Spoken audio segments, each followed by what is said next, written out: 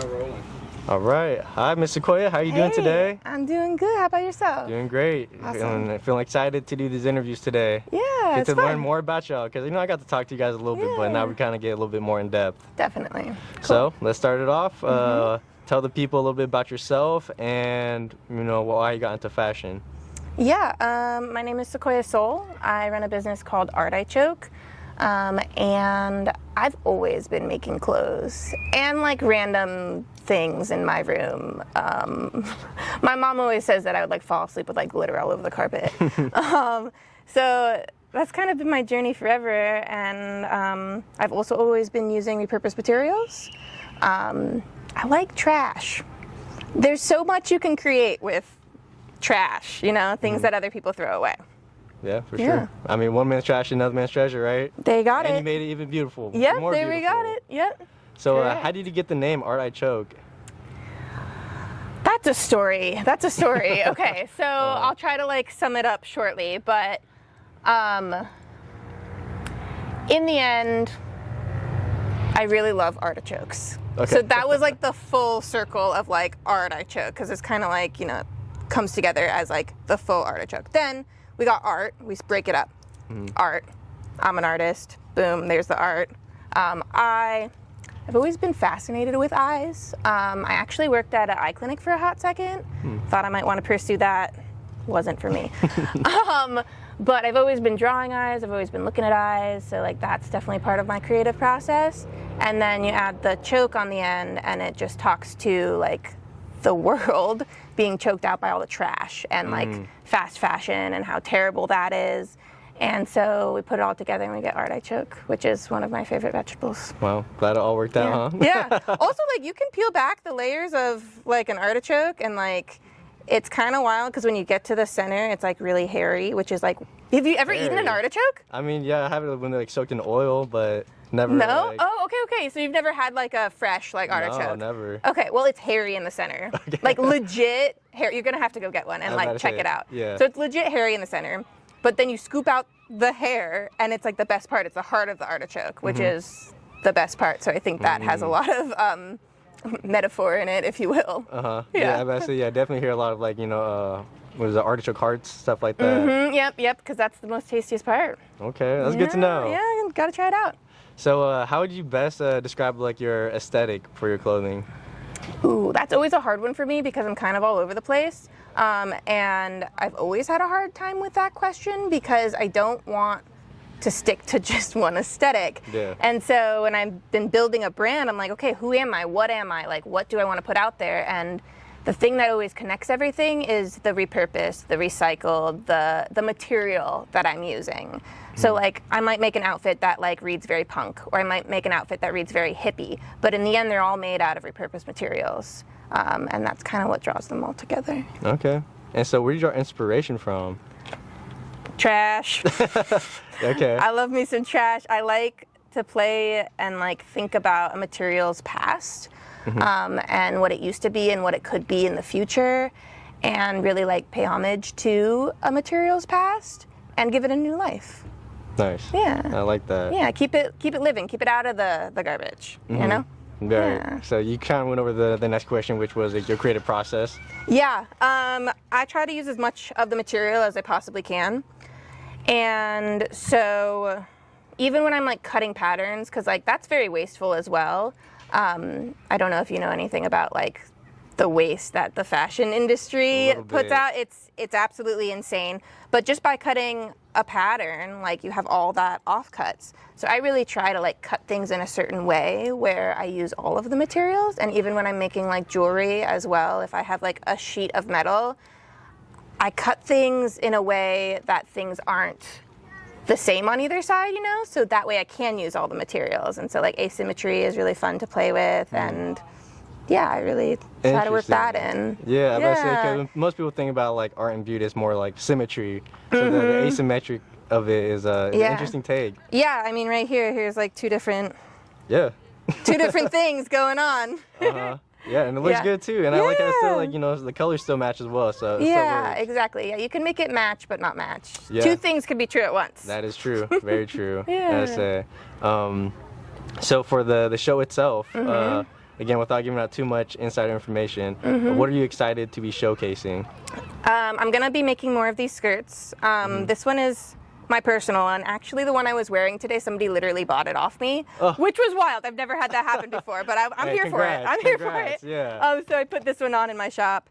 And so I'm going to be making a bunch of these skirts for my models, and I really want to fit them to their personal style, which I think is going to be fun. Yep. So it's like the same skirt, but in a lot of different modalities.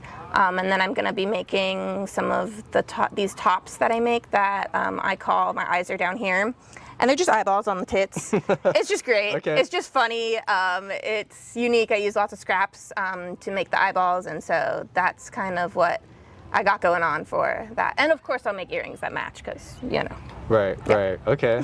And so is there like I mean, I know you say you're going to have a lot of the skirts. Is there like a particular theme that you're trying to aim for? No.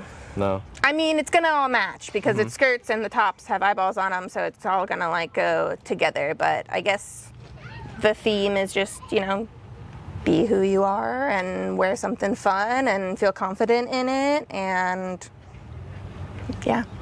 Okay, okay. And then is there any type of emotion you're trying to provoke?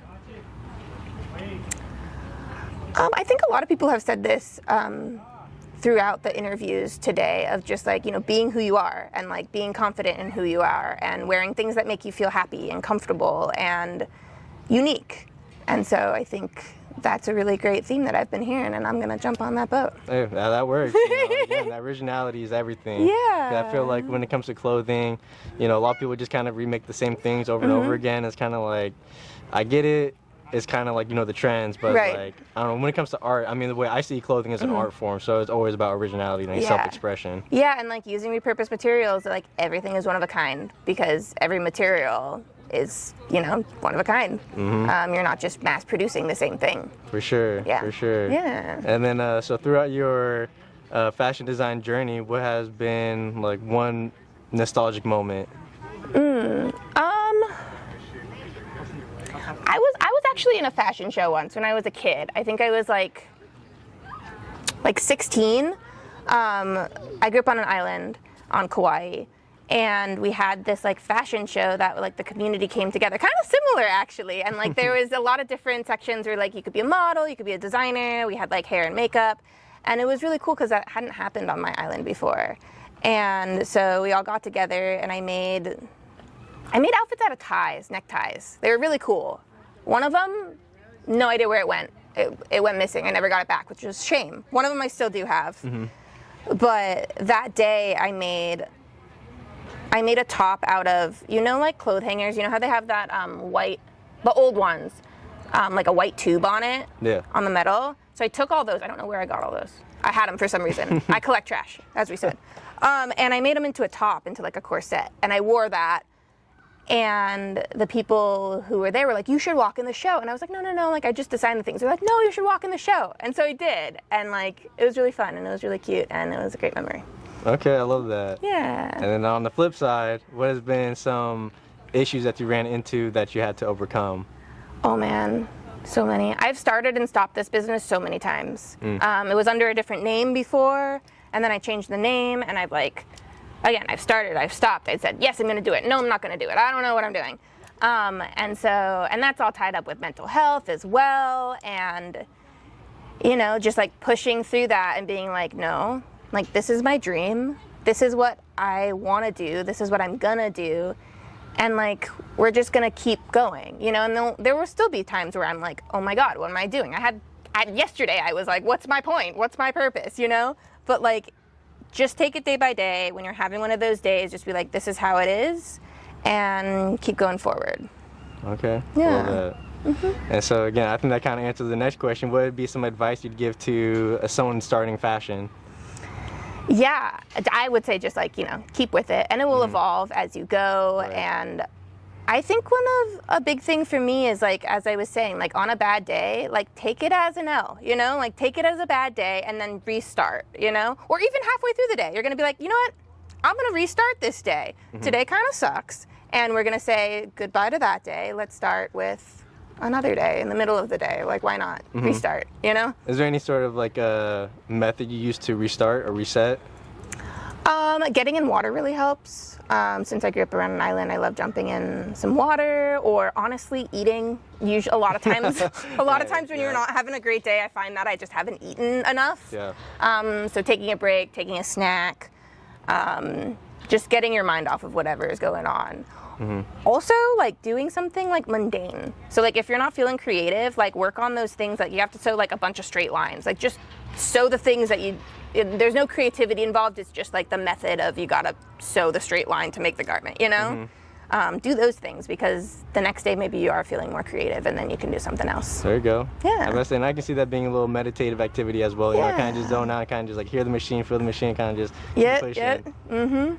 Okay. Totally. Well, thank you so much. Where can the people find you and show support after the show? Yeah. So again, my brand is ArtEyeChoke. So art.eye.choke on Instagram. I also have a website. Take out the dots. Just ArtEyeChoke. I also have a store inside Sanford and Son on Broadway. It's hard to find, but a bit difficult. I just put up a bunch of posters and they got arrows, so just follow those arrows. It's all the way on the 3rd floor around the corner from the library. So those 3 modalities. Perfect. All right. Yeah. Well, thank you for your time, Sequoia. Yeah, I appreciate you coming out. course. This was a great interview. Thank you so much. Yeah, thank you.